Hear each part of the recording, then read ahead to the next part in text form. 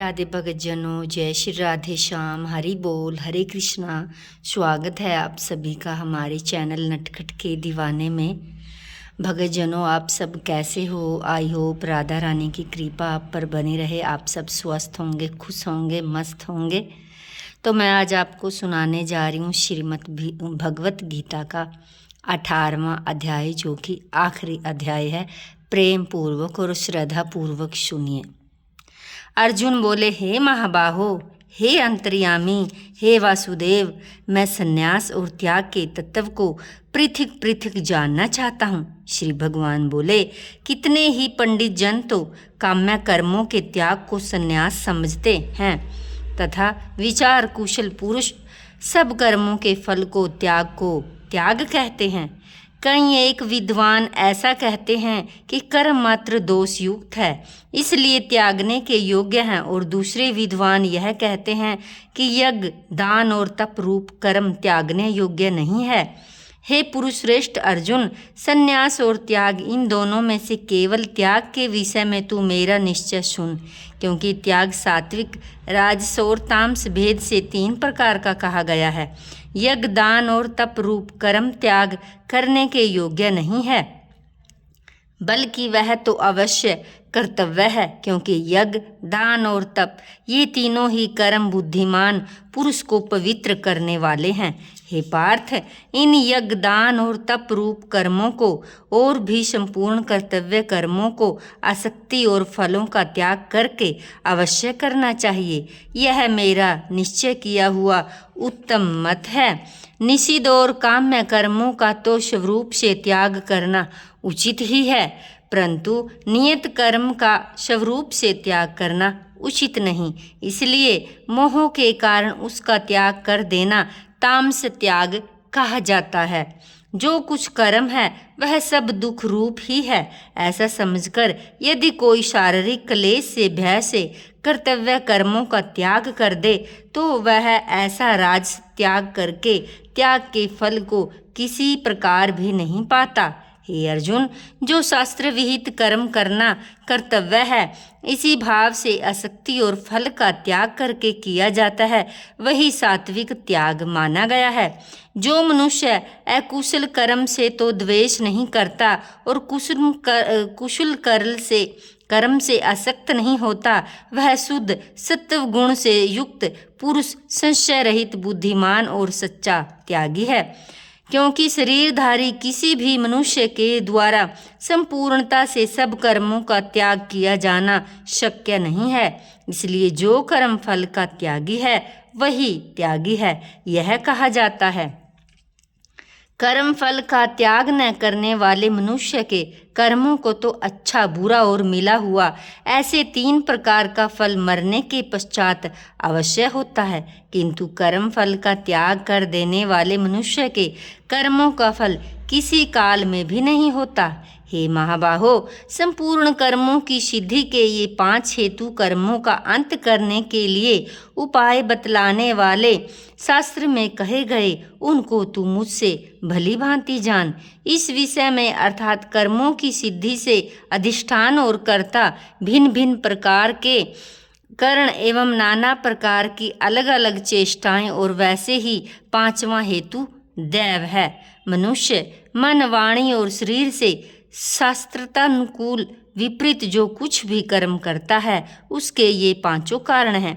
परंतु ऐसा होने पर भी जो मनुष्य अशुद्ध बुद्धि होने के कारण उस विषय में यानी कर्मों के होने में केवल शुद्ध रूप आत्मा को कर्ता समझता है, वह मलिन बुद्धि वाला अज्ञानी यथार्थ नहीं समझता। जिस पुरुष के अंतःकरण में मैं करता हूँ ऐसा भाव नहीं है, जिसकी बुद्धि सांसारिक पदार्थों में और कर्मों में लिपायमान नहीं होती, वह पुरुष इन सब लोगों को मार कर भी वास्तव में न तो मारता है और न ही पाप से बंधता है। ज्ञाता, ज्ञान और ज्ञेय ये 3 प्रकार की कर्म प्रेरणा है। कर्ता, करण, क्रिया ये 3 प्रकार के संग्रह गुणों की संख्या करने वाले शास्त्र में ज्ञान और कर्म तथा कर्ता गुण के भेद से 3 प्रकार के ही कहे गए हैं, उनको तू मुझसे भली भांति सुन। जिस ज्ञान से मनुष्य पृथक पृथक सब भूतों में एक अविनाशी परमात्मा भाव को विभाग रहित समभाव से स्थित देखता है, उस ज्ञान को तू सात्विक जान। किंतु जो ज्ञान, जिस ज्ञान के द्वारा मनुष्य संपूर्ण भूतों में भिन्न भिन्न प्रकार के नाना भावों को अलग अलग जानता है, उस ज्ञान को तू राजस जान। परंतु जो ज्ञान एक कार्य रूप शरीर में ही संपूर्ण के सदृश आसक्त, जो बिना युक्ति वाला तात्विक अर्थ से रहित और तुच्छ है, वह तामस कहा गया है। जो कर्म शास्त्र विधि से नियत किया हुआ और कर्तापान के अभिमान से रहित, फल न चाहने वाला पुरुष द्वारा बिना राग द्वेष किया गया, वो सात्विक कहा जाता है। परंतु जो कर्म बहुत परिश्रम से युक्त होता है, भोगों को चाहने वाले पुरुष द्वारा, अहंकार युक्त पुरुष द्वारा किया जाता है, वह कर्म राजस कहा गया है। जो कर्म परिणाम, हानि, हिंसा और सामर्थ्य को न विचार कर केवल अज्ञान से आरंभ किया जाता है, वह तामस कहा गया है। जो कर्ता संग्रहित, अहंकार के वचन न बोलने वाला, धैर्य और उत्साह से युक्त, कार्य के सिद्ध होने और न होने से में हर्ष, शोक आदि विकारों से रहित है, वह सात्विक कहा जाता है।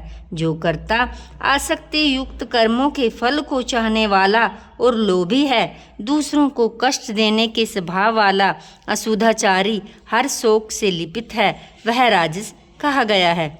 जो कर्ता अयुक्त शिक्षा से रहित, घमंडी, धूर्त, दूसरों की जीविका का नाश करने वाला, शोक करने वाला आलसी और दृढ़सूत्री है, वह तामस कहा जाता है। हे धनंजय, अब तू बुद्धि का और धृति का भी गुणों के अनुसार 3 प्रकार का वेद मेरे द्वारा संपूर्णता के विभाग पूर्व कहा जाने वाला सुन। हे पार्थ, जो बुद्धि प्रवृत्ति मार्ग और निर्वृत्ति मार्ग को, कर्तव्य और अकर्तव्य को, भय और अभय को, बंधन और मोक्ष को यथार्थ जानती है, वह बुद्धि सात्विक है। हे पार्थ, मनुष्य जिस बुद्धि के द्वारा धर्म और अधर्म को, कर्तव्य और अकर्तव्य को भी यथार्थ नहीं जानता, वह बुद्धि राजसी है। हे अर्जुन, जो तमोगुण से घिरी हुई बुद्धि अधर्म को भी यह धर्म है ऐसा मान लेती है, इसी प्रकार अन्य संपूर्ण पदार्थों को भी विपरीत मान लेती है, वह बुद्धि तामसी है। हे पार्थ, जिस अव्यवचारिणी धारण शक्ति से मनुष्य ध्यान योग के द्वारा मन, प्राण और इंद्रियों की क्रियाओं को धारण करता है, वह धृति सात्विकी है। परंतु हे पृथा पुत्र अर्जुन, फल की इच्छा वाला मनुष्य जिस धारण शक्ति के द्वारा अत्यंत आसक्ति से धर्म, अर्थ और कर्मों का धारण करता है, वह धारण शक्ति राजसी है। हे पार्थ, दुष्ट बुद्धि वाला मनुष्य जिस धारण शक्ति के द्वारा निद्रा, भय, चिंता और दुख तथा उन्मत्ता को नहीं छोड़ता, धारण किए रहता है, वह धारण शक्ति तामसी है। हे भरतश्रेष्ठ, अब 3 प्रकार के सुख को भी तू मुझसे सुन। जिस सुख में साधक मनुष्य भजन, ध्यान और सेवादि के अभ्यास से रमण करता है, जिसके दुखों के अंत को प्राप्त हो जाता है, ऐसा सुख है वह आरंभ काल में यद्यपि विषय के तुल्य प्रतीत होता है, परंतु परिणाम में अमृत के तुल्य है। इसलिए वह परमात्मिक विषय बुद्धि के प्रसाद से उत्पन्न होने वाले सुख सात्विक कहा गया है। जो सुख विषय और इंद्रियों के संयोग से होता है, वह पहले भोग काल में अमृत के तुल्य प्रतीत होने पर परिणाम में विष के तुल्य है, इसलिए वह सुख राजस कहा गया है। जो सुख भोग काल में परिणाम में भी आत्मा को मोहित करने वाला, वह निद्रा, आलस्य, प्रमाद से उत्पन्न सुख तामस कहा गया है। पृथ्वी में या आकाश में अथवा देवताओं में इनके सिवा और कहीं भी ऐसा कोई भी सत्व नहीं है जो प्रकृति से उत्पन्न इन 3 गुणों से रहित हो। हे ब्राह्मण, क्षत्रिय और वैश्यों तथा शूद्रों के कर्म स्वभाव से उत्पन्न गुणों द्वारा विभक्त कहे गए हैं।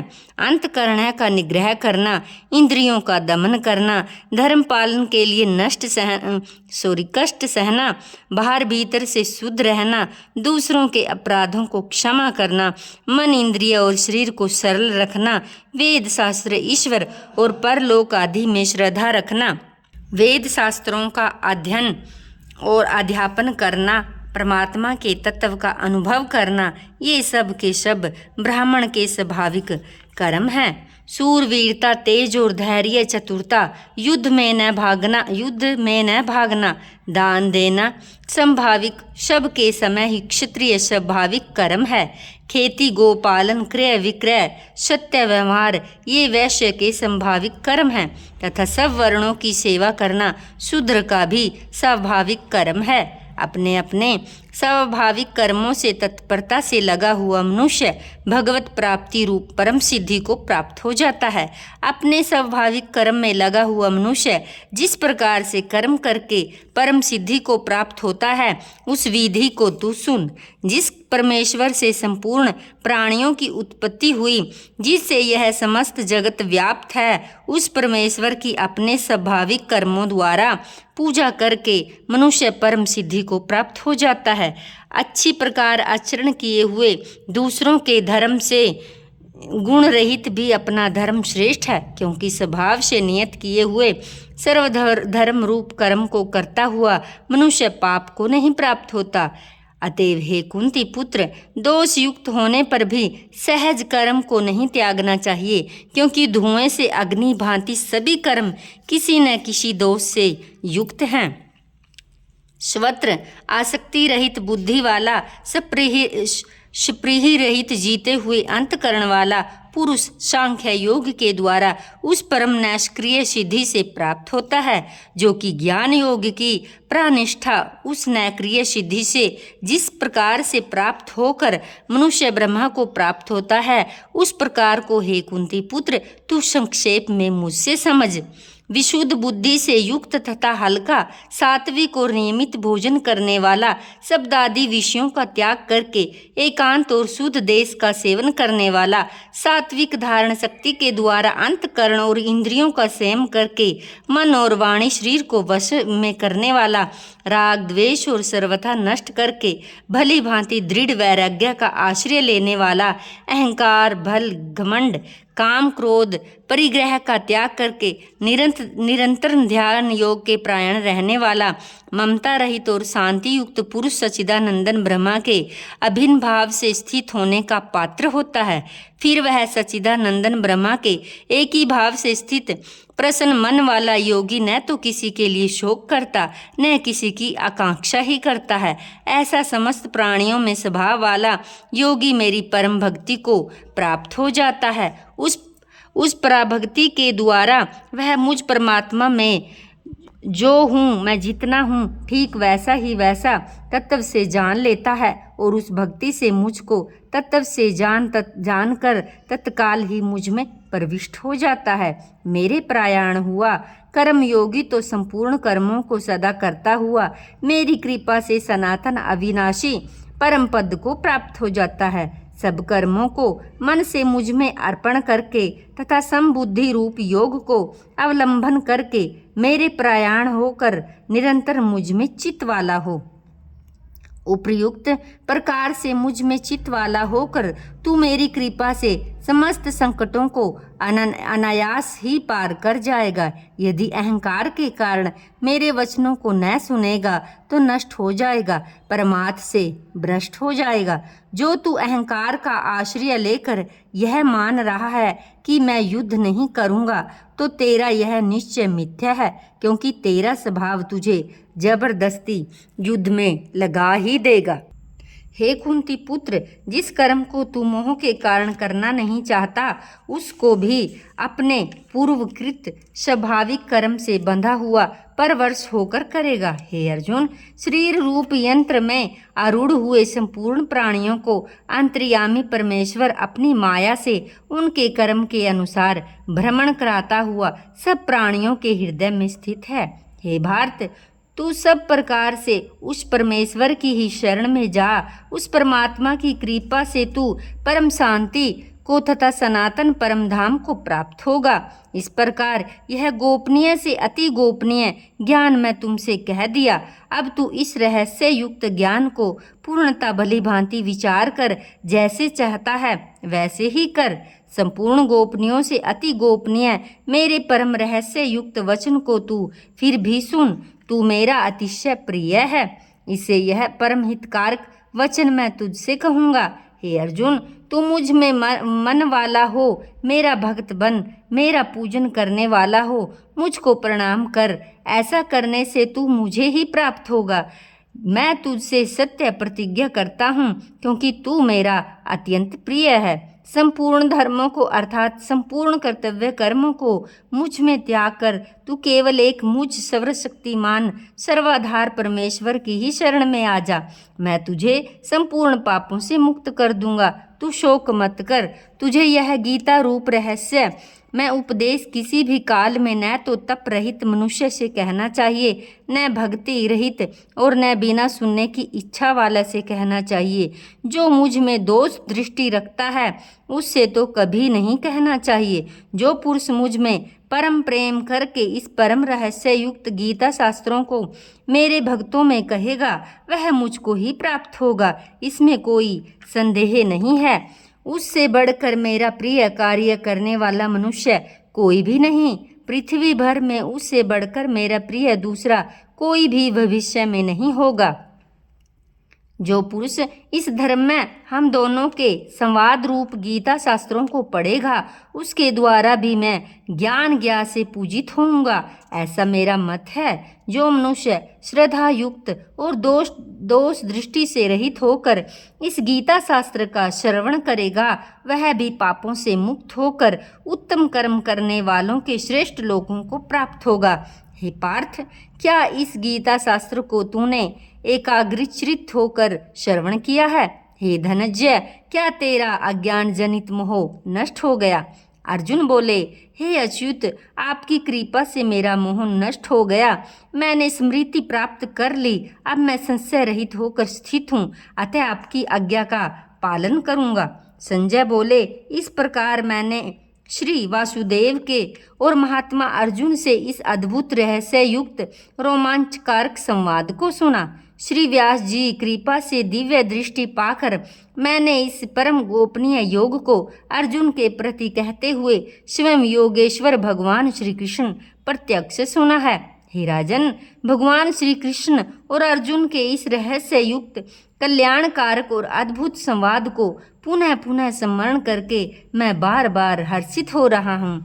हे अर्जुन, श्री हरि के उस अत्यंत विलक्षण रूप को ही पुनः पुनः स्मरण करके मेरे चित्त में महान आश्चर्य होता है। मैं बार बार हर्षित हो रहा हूँ। हे राजन, जहाँ योगेश्वर भगवान श्री कृष्ण हैं, जहाँ गांडीव धनुषधारी अर्जुन हैं, वहीं पर श्री विजय विभूति और अचल नीति है, ऐसा मेरा मत है। तो भक्तजनों, ये था श्रीमद् भगवत गीता का 18वां अध्याय। इसी के साथ हमारे श्रीमद् भगवत गीता के सभी अध्याय यहीं समाप्त होते हैं। तो आप सभी को 18वां अध्याय कैसा लगा कमेंट बॉक्स में ज़रूर बताएं। हमें गीता ज़रूर पढ़नी चाहिए भक्तजनों, क्योंकि जाने अनजानों में ना जाने हमसे रोज़ कितने पाप हो जाते हैं। हमारे पाँव के नीचे ना जाने कितनी चींटियाँ मरती हैं, हमारे हाथों से ना जाने क्या क्या पाप हो जाते हैं जिनका हमें पता भी नहीं चलता। पर अगर हम भगवत गीता का स्मरण करते हैं, उसे प्रेम पूर्वक कहते हैं और सुनते हैं, तो सभी पापों का नाश हो जाता है। लेकिन हमें जानबूझकर कोई भी पाप नहीं करना चाहिए, ये हमारे धर्म के विरुद्ध है और हमारे आचरण अच्छे होने चाहिए। तो भक्तजनों, इसी निवेदन के साथ मैं आप सभी से विदा लेती हूँ। मिलते हैं अगली वीडियो के साथ। तब तक के लिए सभी को जय श्री राधे। राधे राधे। हरि बोल। हरे कृष्णा। भगवान की आप सभी पर और आपके परिवार पर कृपा बनी रहे। हरि बोल।